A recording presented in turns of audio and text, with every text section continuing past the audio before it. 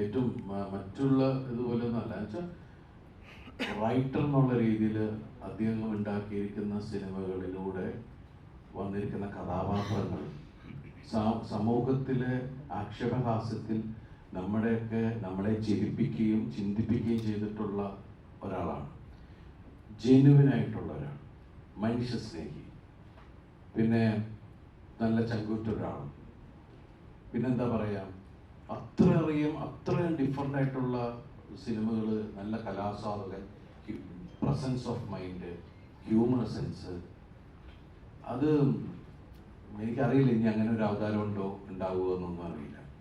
പക്ഷേ ഞാൻ വളരെ ഭാഗ്യവാനാണ് ആ കാര്യത്തിൽ. ഞാൻ അസിസ്റ്റന്റ് ഡയറക്ടറായി തുടങ്ങിയ ആ സമയം മുതലുള്ള ഒരു അടുപ്പമുണ്ട്. അദ്ദേഹം എല്ലാ തരത്തിലുള്ള സിനിമകളെയും ഉൾക്കൊണ്ടിട്ടുള്ള ഒരാളാണ്. ഒരിക്കൽ